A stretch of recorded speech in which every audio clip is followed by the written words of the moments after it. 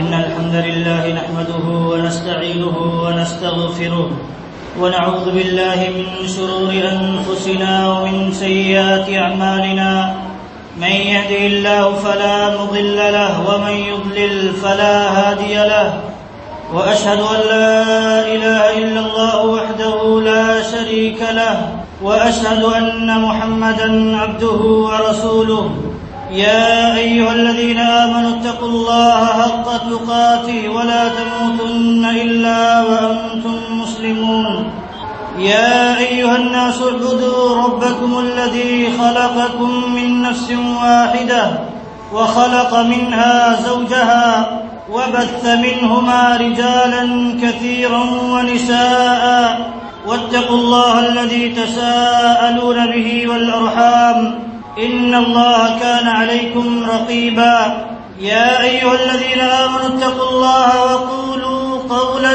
سديدا يصلح لكم أعمالكم ويغفر لكم ذنوبكم ومن يطع الله ورسوله فقد فاز فوزا عظيما أما بعد فإن خير الحديث كتاب الله وخير الهدى هدى محمد صلى الله عليه وسلم وشر الأمور محدثاتها وكل محدثة بدعة وكل بدعة ضلالة وكل ضلالة في النار. أعوذ بالله من الشيطان الرجيم. بسم الله الرحمن الرحيم. ومن أضل ممن اتبع هواه بغير هدى من الله. حاضرین جمعہ، دینی ملی بھائیوں اور مائیں اور بہنیں، اللہ رب العالمین قرآن کریم کے اندر ارشاد فرماتا ہے هو الذي جعل الليل والنهار خلفة لمن أراد أن يذكر أو أراد شكورا. اللہ رب العالمین فرماتا ہے کہ وہی وہ ذات ہے جو رات و دن کو ایک دوسرے کے پیچھے لاتا ہے، ایک دوسرے کے پیچھے لاتا رہتا ہے. کبھی دن ہے تو رات آ جاتی ہے، رات ہے تو پھر دن آ جاتا ہے. یہ نظام جو چلا رہا ہے یہ اللہ رب العالمین چلا رہا ہے. اس کی حکمت ایک بتاتا ہے اللہ رب العالمین، کئی حکمتوں میں سے ایک حکمت بتاتا ہے کہ یہ رات و دن لانے کی ایک حکمت یہ ہے لمن اراد ان یذکر او اراد شکورا، تاکہ اللہ رب العالمین اس کے ذریعہ جو چاہتا ہے اللہ رب العالمین کہ اس نظام سے نصیحت حاصل کرنا تو نصیحت حاصل کر لے، اور جو چاہتا ہے کہ اللہ رب العالمین کا شکر ادا کرے تو وہ شکر بھی ادا کر لے جائے. تو اس لیے اللہ رب العالمین نے یہ نظام دیا ہے رات و دن کا. یہاں یہ دیکھیے رات دن میں اللہ رب العالمین کی عبادت ہوتی ہے، تو جو نصیحت حاصل کرنا چاہتا ہے اللہ رب العالمین کی عبادت کے ذریعہ نصیحت حاصل کر لے، اور جو انسان شکر ادا کرنا چاہتا ہے اللہ رب العالمین کا حقیقت میں تو عملی شکر ایک ہے اور ایک ہے لفظی شکر. لفظی شکر اللہ رب العالمین کی تعریف اور بڑائی بزرگی بیان کر کے، اور عملی شکر یہ ہے کہ اللہ رب العالمین کی عبادت بجا لا کر کے اللہ رب العالمین کا شکر ادا کر لے جائے. تو اب دیکھیں یہاں معلوم ہوتا ہے کہ دن اور رات سے اللہ رب العالمین نے عبادتوں کو جوڑ دیا ہے. نصیحت حاصل کرنا اور اللہ رب العالمین کا شکر ادا کرنا اس سے جڑا ہوا ہے.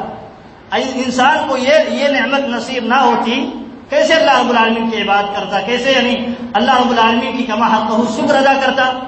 تو اللہ رب العالمین نے ایک حکمت بیان کی ہے رات و دن کے الٹ پھیر کی، اور اسی طرح رات و دن کے الٹ پھیر سے موسم بھی بدلتے رہتے ہیں. رات و دن بدلتے رہتے ہیں تو دن بھی بدلتا ہے.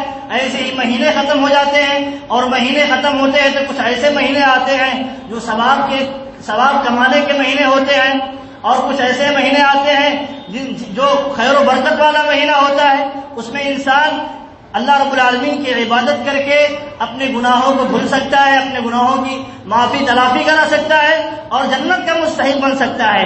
اور ایسے ہی کچھ اوقات، کچھ ایام بھی آتے ہیں، کچھ دن ایسے آتے ہیں کہ ان دنوں میں بھی اگر انسان اللہ رب العالمین کی عبادت کرے، اللہ رب العالمین کا شکر ادا کرے تو اللہ رب العالمین اسے بہت بلند و بالا مرتبے نصیب فرماتا ہے. یہ چیزیں ہیں دیکھیے دن اور رات سے اس کا تعلق ہے، کیونکہ عبادتیں جو بھی کی جاتی ہیں دن اور رات سے باہر نہیں ہیں.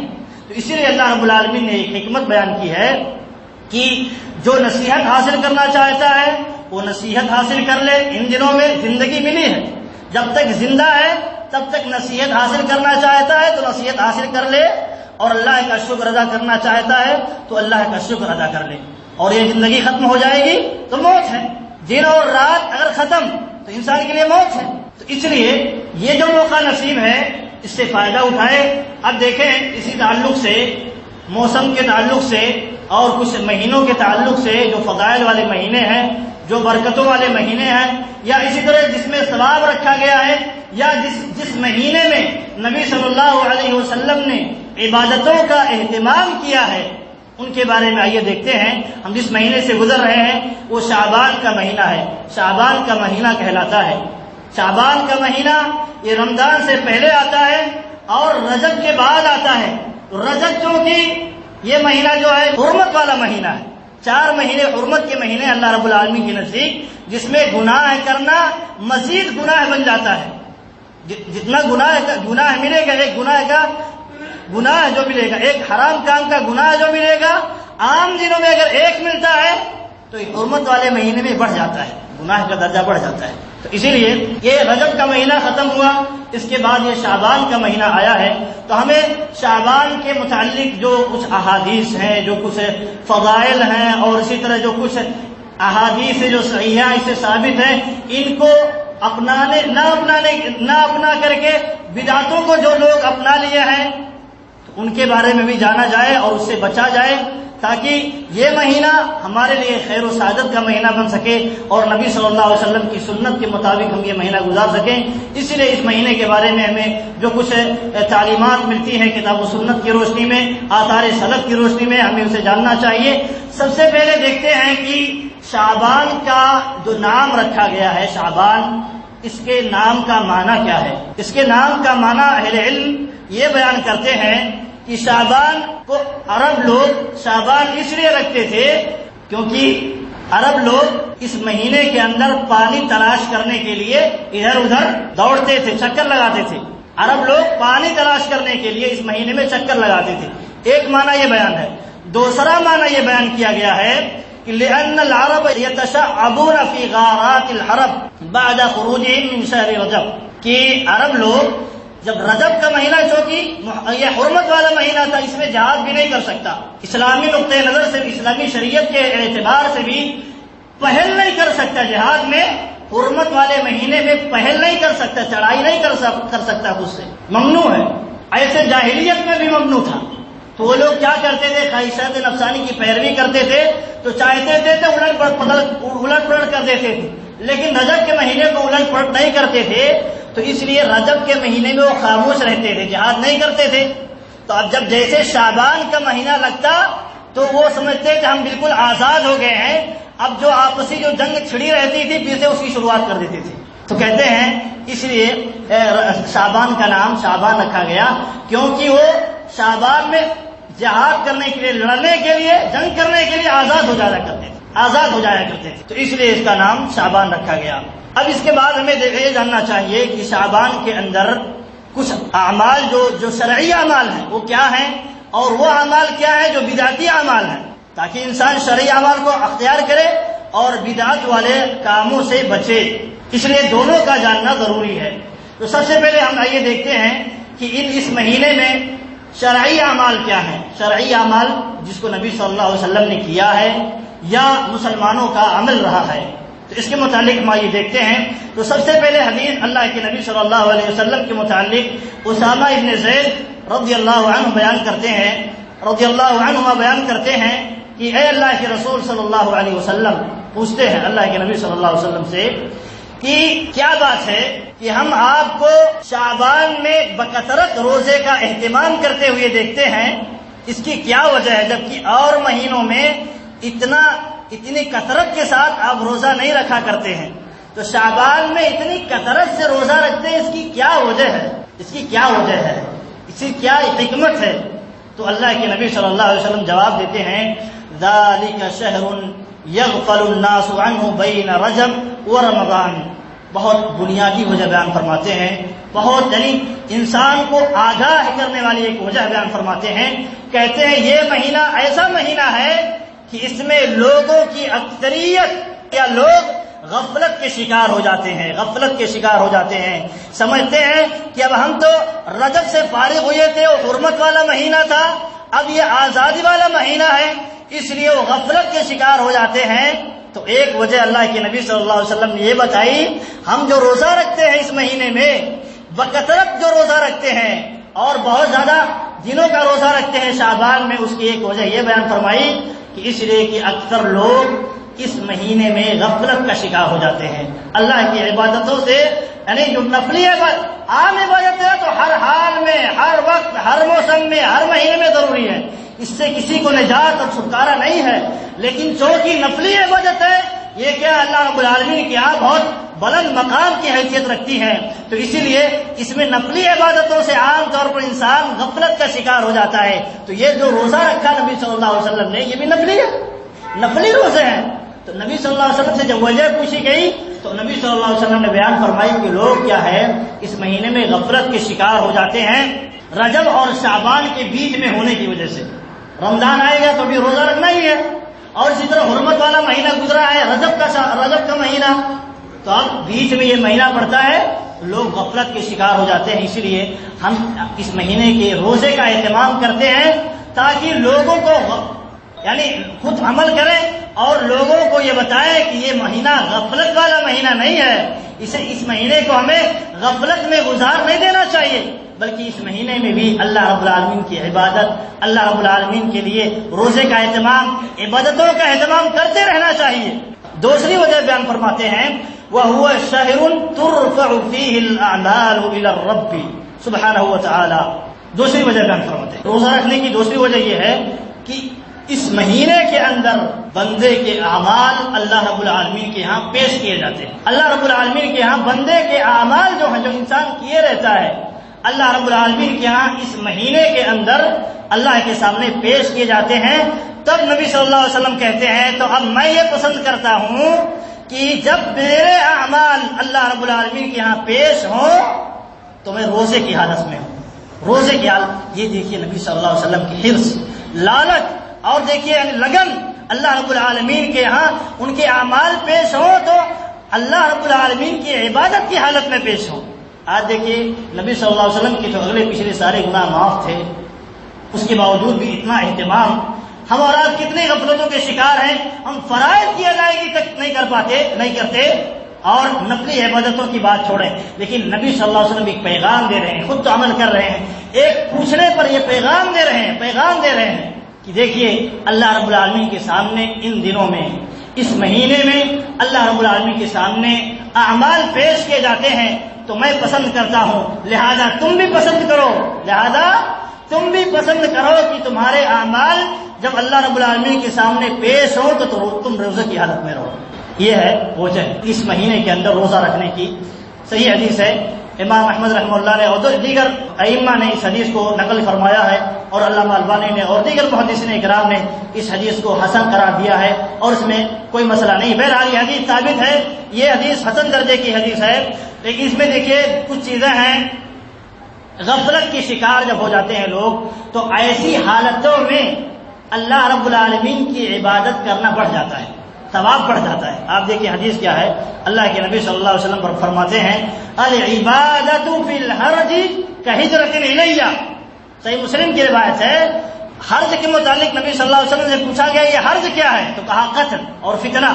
تو نبی صلی اللہ علیہ وسلم کہتے ہیں حرج کی حالت میں، فتنے فساد کی حالت میں، قتل و غارت گیری اور خوریزی کی حالت میں، جب یہ ماحول ہو سماج میں، لوگوں میں، جس سوسائٹی میں یا جس جگہ انسان رہ رہا ہو وہاں فتنوں کا بازار گرم ہو، قتل و خوریزی عام ہو، ایسی حالتوں میں، ایسی سچویشن میں انسان فتنوں سے کٹ کر کے اللہ کی عبادت کی طرف اگر جڑتا ہے تو گویا وہ میری طرف ہجرت کر رہا ہے، نبی صلی اللہ علیہ وسلم کی طرف ہجرت کرنے کا ثواب اسے ملے گا۔ اور ایک دوسری حدیث کے اندر ہے، اللہ کے نبی صلی اللہ علیہ وسلم بیان فرماتے ہیں ان من ورائکم ایام الصبر۔ صحابہ کرام کو بیان کرتے ہیں ان کے سامنے کہ یہ جو جس زمانے میں تم لوگ ہو یہ زمانہ ختم ہو جائے گا، اس کے بعد صبر کا زمانہ آئے گا، یعنی فتنوں کا زمانہ ہوگا، اس میں صبر کرنا بڑا مشکل کام ہوگا۔ صبر کرنا، دین پر صبر کرنا بڑا مشکل کام ہوگا. یہاں تک کہ مثال دی اللہ کے نبی صلی اللہ علیہ وسلم نے. سنن ابی داؤد کی حدیث ہے کہ انسان جیسے آگ کے انگارے کو اپنے ہاتھ میں پکڑے رہتا ہے تو کتنا دیر صبر کرے گا, یا اس کا صبر کرنا کتنا مشکل کام ہوگا. تو ایسے نبی صلی اللہ علیہ وسلم کہتے ہیں مثال لے کر کے کہ تمہارے بعد ایک زمانہ آنے والا ہے جس میں دین پر صبر کرنا بڑا مشکل کام ہوگا, آگ ہاتھ میں لینے کے برابر کام ہوگا. پھر کہتے ہیں لیکن اب یہ تو مشقت والا کام ہو گیا, لیکن اب مشقت کے کام میں یا ایسے حالات میں جس میں دین پر عمل کرنا بڑا مشکل کام ہو, چاروں طرف فتنے گھیر لیے ہو, لوگ غفلتوں کے شکار ہوں, ایسی حالت میں عبادت کرنے کا یا اللہ کی بندگی کرنے کا ثواب بتا رہے ہیں. دیکھیے تاکہ انسان ڈگمگائے نہ یا ادھر ادھر بھٹکے نہ. کہتے ہیں لیکن للمتمسک فیہ اجر 50 شہیدا منکم.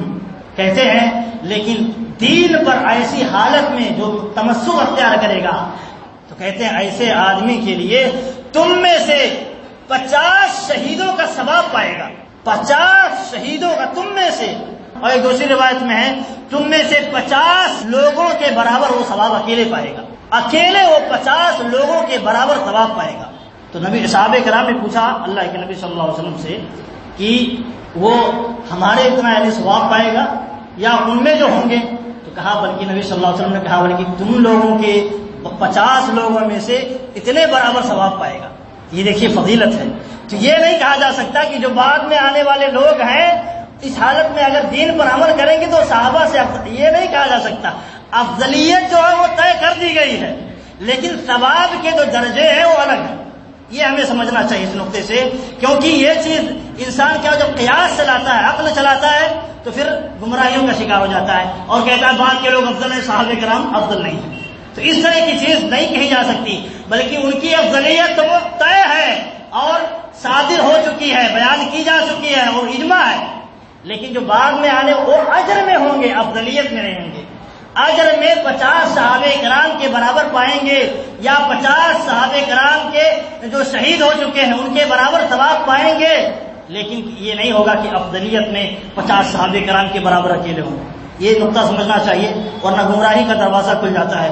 تو یہ دیکھیے فتنوں کی حالت میں, فتنوں کے ماحول میں عبادت کرنے کا ثواب یہ عظیم ہے. تو یہ دیکھیے مہینہ جو ہے یہ غفلتوں والا مہینہ. نبی صلی اللہ علیہ وسلم نے کہا عام طور پر غفلت کے لوگ شکار ہو جاتے ہیں اس مہینے میں, تو غفلت کی حالت میں اگر انسان اللہ کی عبادت کرے تو وہ ثواب پائے گا, ڈبل ثواب پائے گا. کتنی تعداد میں ثواب پائے گا واللہ اعلم بالثواب. تو بہرحال ایک وجہ یہ ہے. اسی طرح اللہ کے نبی صلی اللہ علیہ وسلم نے بیان فرمایا الاجر علی قدر النصب, کہ انسان کو مشقت جتنی برداشت کرتا ہے, جس قدر بھی مشقت برداشت کرے گا اس کا اسی قدر اسے ثواب دیا جائے گا. انسان ایک خوشحالی میں بات کرتا ہے اسے اسی مطابق ثواب ملے گا, لیکن ایک مشقت کی حالت میں ہے, تنگی کی حالت میں ہے, فقر و فاقہ کی حالت میں, فتنوں سے گھرا ہوا ہے, اسے عبادت کرنا بڑا محال ہے. کیوں؟ جب ایک طرح سے ماحول ہوتا ہے جیسے رمضان کا ماحول ہوتا ہے, سارے کے سارے لوگ روزہ رکھ رہے ہوتے ہیں, اس میں روزہ رکھنا محال نہیں ہوتا ہے. کیوں؟ سارے کے سارے لوگ روزہ رکھ رہے ہیں, ایک ماحول بنا ہوا ہوتا ہے, تو اس کی وجہ سے آسانی ہو جاتی ہے. لیکن جب ماحول نہ ہو, کچھ لوگ روزہ رکھے, کچھ لوگ اکثریت نہ روزہ رکھے, تو کیا ہوتا ہے اس وقت اللہ کی عبادت کرنا انسان کے دل پر بڑا شاق گزرتا ہے.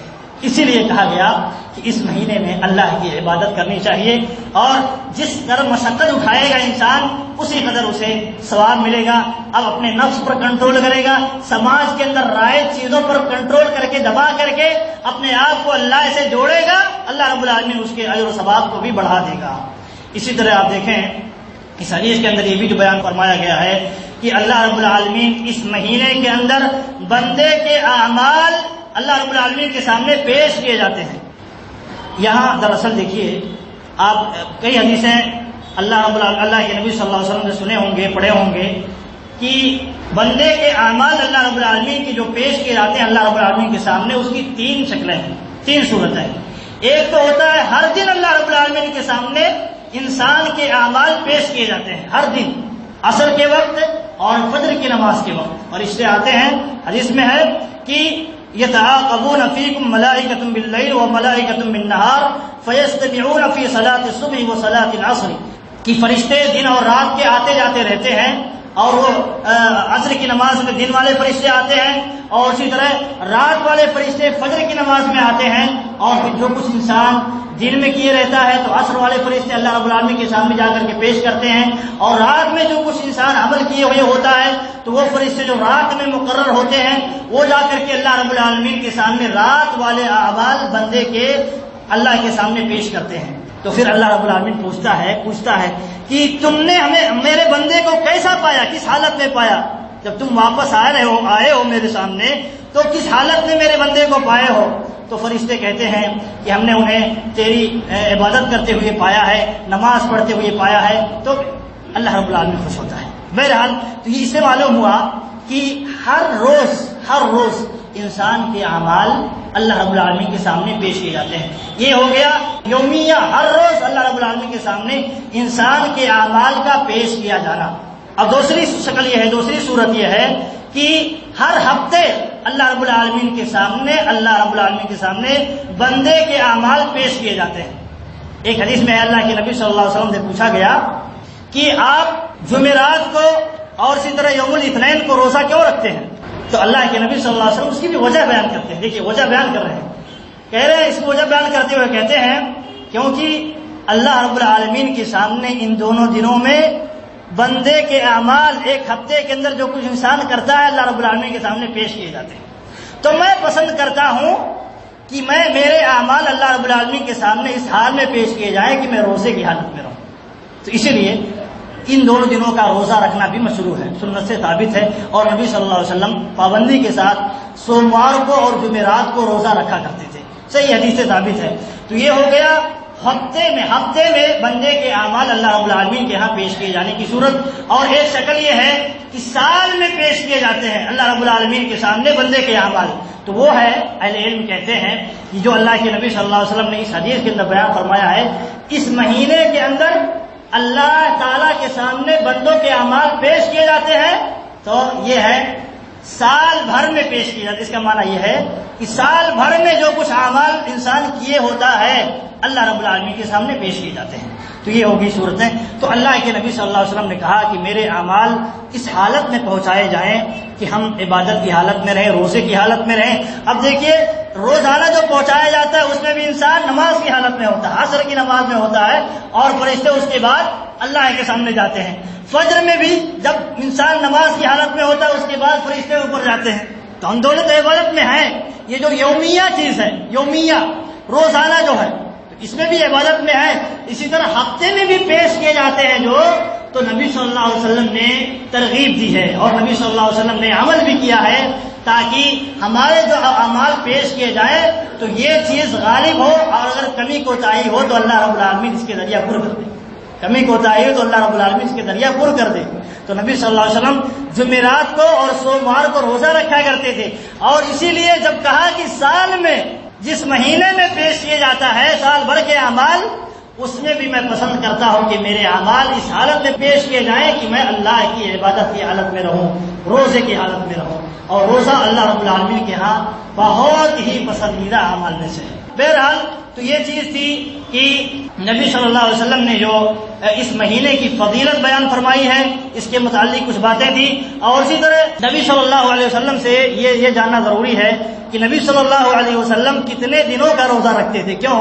اس لیے جاننا ضروری ہے کیونکہ جو اہل بدعت ہیں یا جنہوں نے اس مہینے کے اندر بدعت و خرافات دین کے نام پر ایجاد کر کے داخل کر دی ہیں، اس خاص دنوں کا روزہ رکھ لیتے ہیں اور کہتے ہیں ہم نے عبادت کر لی، اور ایک ایسے دن کے لیے خاص کرتے ہیں جس دن کا کوئی ثبوت کتاب و سنت میں نہیں ملتا ہے۔ تو لہذا ہمیں جاننا چاہیے کہ نبی صلی اللہ علیہ وسلم کتنے دنوں کا روزہ رکھتے تھے، کیا ایک دن کا یا 2 دن کا، کتنے دنوں کا روزہ رکھتے تھے یا اکثر؟ تو حدیث میں ہے، دیکھیے صحیح مسلم کی روایت ہے کہ عائشہ رضی اللہ تعالی عنہ بیان فرماتی ہے لم ارہ صائما من شہر قط اکثر من صیامہ من شعبان۔ اللہ کے نبی صلی اللہ علیہ وسلم کے متعلق بیان فرماتی ہے آپ کی چہیتی بیوی عائشہ رضی اللہ تعالی عنہ کہ میں نے نبی صلی اللہ علیہ وسلم کو کسی بھی مہینے کا پورا روزہ رکھتے ہوئے نہیں دیکھا، کسی بھی مہینے کا پورا روزہ رکھتے ہوئے، پورے مہینے کا آپ صلی اللہ علیہ وسلم روزہ نہیں رکھتے تھے رمضان کے علاوہ۔ لیکن کہتے ہیں کہ شعبان کے مہینے کا روزہ آپ بکثرت رکھتے تھے، اکثر روزہ رکھتے تھے، اکثر دنوں کا روزہ رکھتے تھے. پھر کہتے ہیں کان یصوم شعبان کلہ، آپ صلی اللہ علیہ وسلم شعبان کا پورا روزہ رکھتے تھے، پورا کا پورا یہ حالت ہے. پھر آگے فرماتی ہیں، دیکھیے ایک حدیث کا ٹکڑا دوسری حدیث کی تشریح کر رہا ہے، ایسا نہ سمجھیں کہ نبی صلی اللہ علیہ وسلم پورے شعبان کا روزہ رکھتے تھے. دیکھیے آگے فرماتی ہیں کان یصوم شعبان الا قلیلا، نبی صلی اللہ علیہ وسلم شعبان کے مہینے کا روزہ رکھتے تھے مگر چند دنوں کو چھوڑ کر کے، یعنی کچھ دن چھوڑ دیتے تھے، لیکن اکثر آپ صلی اللہ علیہ وسلم اس مہینے کے ایام کا روزہ رکھتے تھے. تو معلوم ہوا کہ یہ جو مہینہ ہے اس میں آپ صلی اللہ علیہ وسلم کسی ایک دن کو خاص نہیں کرتے تھے، جیسا کہ کچھ لوگ خاص کر کے رکھتے ہیں اور اس کے لیے بہت ساری فضیلت والی حدیثیں گڑھ لیے ہیں اور اس کے متعلق عبادتیں انجام دیتے ہیں. تو معلوم ہوا یہ نبی صلی اللہ علیہ وسلم کا طریقہ نہیں رہا ہے، بلکہ نبی صلی اللہ علیہ وسلم کا طریقہ یہ رہا ہے آپ بکثرت روزہ رکھتے تھے، کم نہیں، ایک دن کے لیے نہیں، 2 دن کے لیے نہیں، بلکہ اکثر دنوں کا آپ صلی اللہ علیہ وسلم اس مہینے کے اکثر دنوں کا آپ صلی اللہ علیہ وسلم روزہ رکھتے تھے. ایک دوسری حدیث میں ہے کہ دیکھیے یہ جو ہے کہ ہم نے جو کہا تھا کہ نبی صلی اللہ جو اس حدیث میں ہے کہ نبی صلی اللہ علیہ وسلم شعبان کے پورے دنوں کا روزہ رکھتے تھے، اس سے دوسری حدیث سے اس کی نفی ہو رہی ہے کہ آپ صلی اللہ علیہ وسلم پورا نہیں بلکہ اکثر رکھتے تھے، پورا نہیں رکھتے تھے، یہ معنی ہے. آیت عائشہ رضی اللہ تعالیٰ عنہا ہی بیان کرتی ہیں، صحیح مسلم کی روایت ہے کہ اللہ کے نبی صلی اللہ علیہ وسلم کو کسی بھی مہینے کا مکمل روزہ رکھتے ہوئے ہم نے نہیں پایا، مکمل مہینے کا روزہ رکھتے ہوئے نہیں پایا جب سے ہی آپ صلی اللہ علیہ وسلم مدینہ آئے، مکہ سے مدینہ آئے تب سے، الا یہ کہ رمضان کا مہینہ ہو، رمضان کا مہینہ تو ہر حال میں پورے مہینے کا روزہ رکھنا ہے. تو معلوم ہوا کہ شعبان کا پورا مہینہ روزہ نہیں رکھنا ہے، کیونکہ نبی صلی اللہ علیہ وسلم کے طریقے کے خلاف ہے. نبی صلی اللہ علیہ وسلم کا طریقہ یہ تھا اکثر دنوں کا روزہ رکھتے تھے. جس انسان کو جتنی توفیق مل پائے بغیر کسی تخصیص کرنا، یہی چیز بدعت میں داخل ہو جاتی ہے. جس کو نبی صلی اللہ علیہ وسلم نے خاص نہ کیا ہو، جس چیز کو خاص نہ کیا ہم خاص کریں، جس چیز کو عام کیا اس کو ہم خاص کریں، ہم کون ہوئے؟ شریعت سازی کرنے والے بن جائیں گے پھر. تو لہذا جو چیز عام ہے، جیسے نبی صلی اللہ علیہ وسلم عام روزہ رکھتے تھے، جتنا بھی رکھ سکتے تھے بکثرت روزہ رکھتے تھے، ہم بھی ہمارے اندر جتنی استطاعت ہو روزہ رکھیں، جتنی استطاعت ہو سکے روزہ رکھیں، لیکن خاص نہ کرے کہ ہم 2 دن کا روزہ رکھیں گے، 1 دن کا روزہ رکھیں گے. یہ خاص کرنے کی اجازت شریعت نے نہیں دی ہے. اب دیکھیں ان روزوں کے فوائد کیا ہیں. نبی صلی اللہ علیہ وسلم روزہ رکھتے تھے، ایک فائدہ تو بیان کیا گیا، یہ ہمارے جو اعمال ہیں اللہ کے سامنے پیش کیے جاتے ہیں، ایک فائدہ ہو گیا. دوسرا فائدہ یہ ہے کہ انسان چونکہ اب اس مہینے کے بعد ایک مشقت والا مہینہ اور ثواب اور عظمت اور برکت والا مہینہ آنے والا ہے، تو اس مہینے میں مشق کر لے.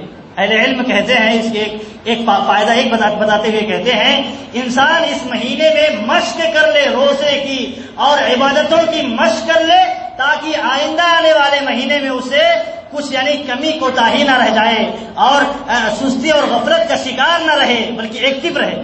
اس لیے تمرین کی مشق کی ضرورت ہے.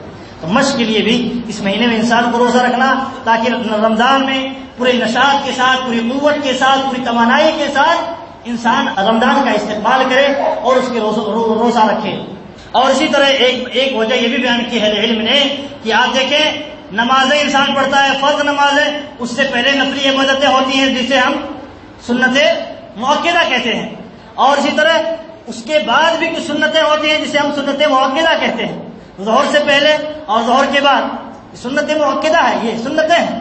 تو دیکھیے نبی یہ ایک وجہ بیان کرتے ہیں کہ جب رمضان ہے، رمضان سے پہلے سنت ہے، یہ کیا ہے؟ نفلی روزے ہیں، سنت والے روزے.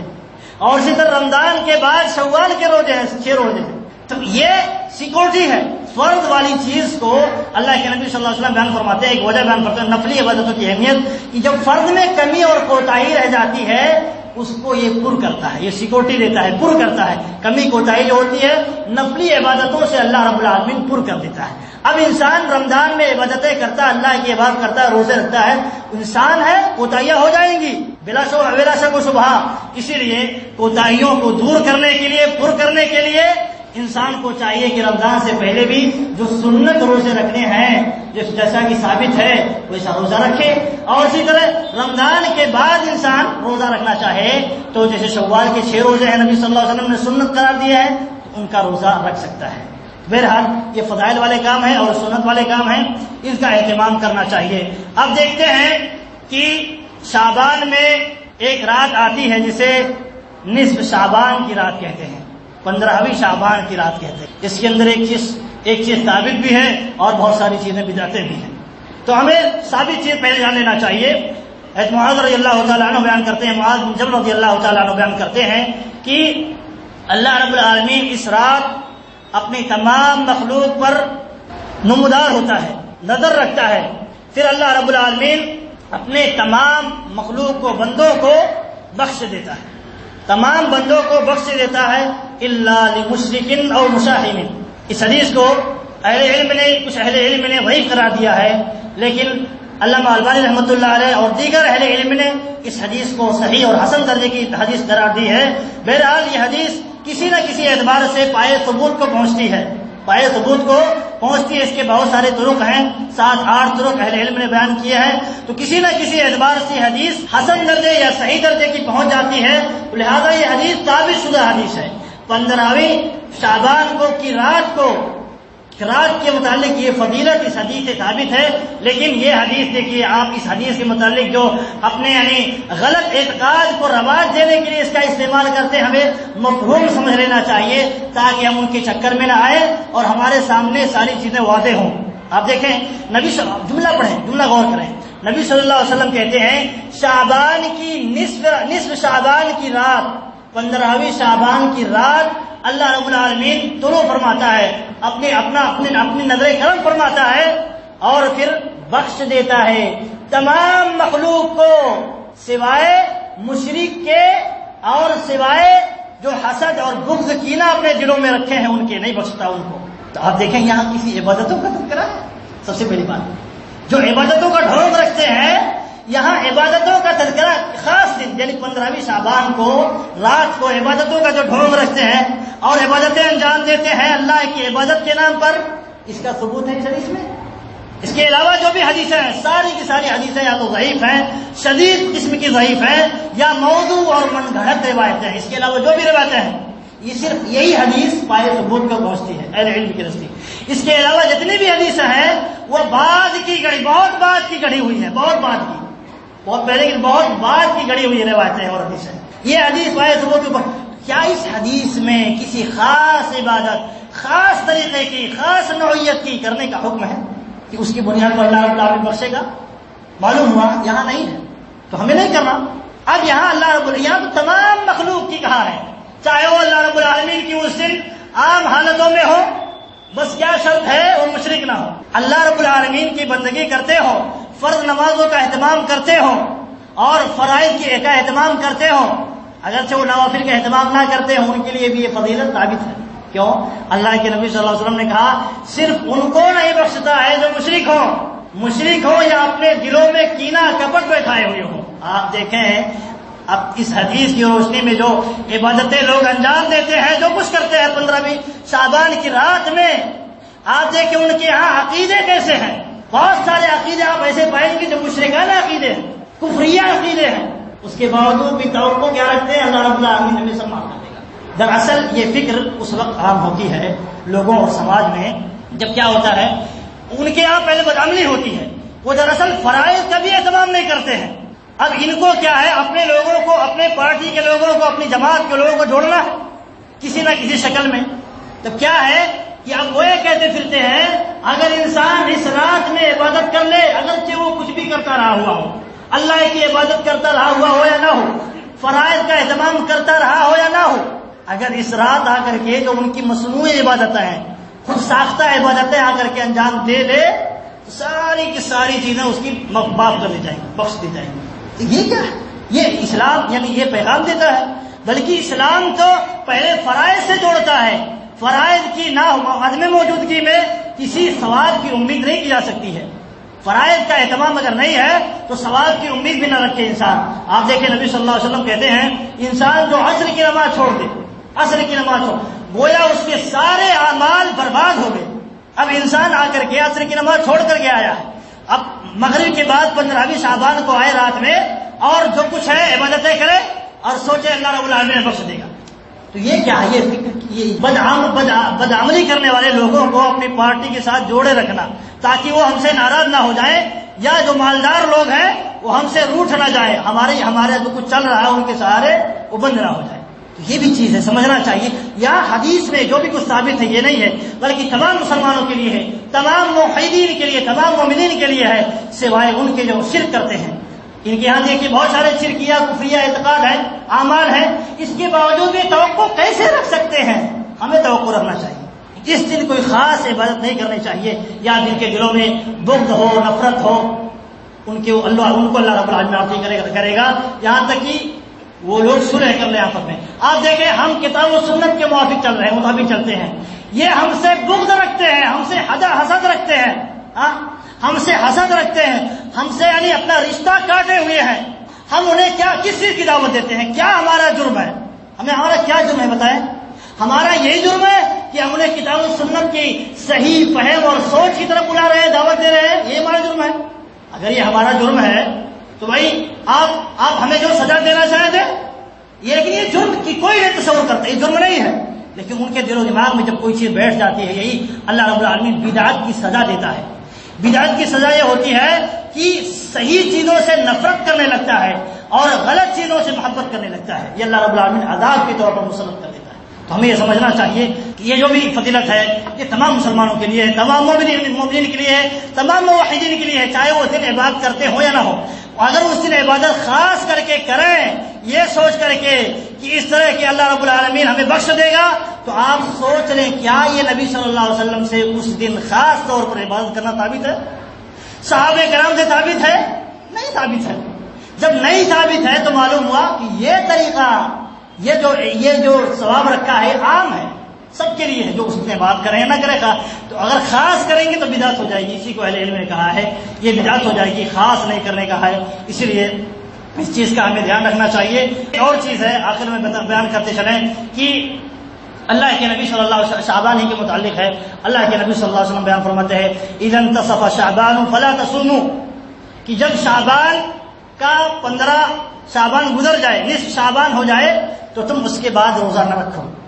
حالانکہ آپ نے بھی سنا کہ نبی صلی اللہ علیہ وسلم شعبان کے اکثر دنوں کا روزہ رکھتے تھے. دیکھیے یہ علم ہونا چاہیے.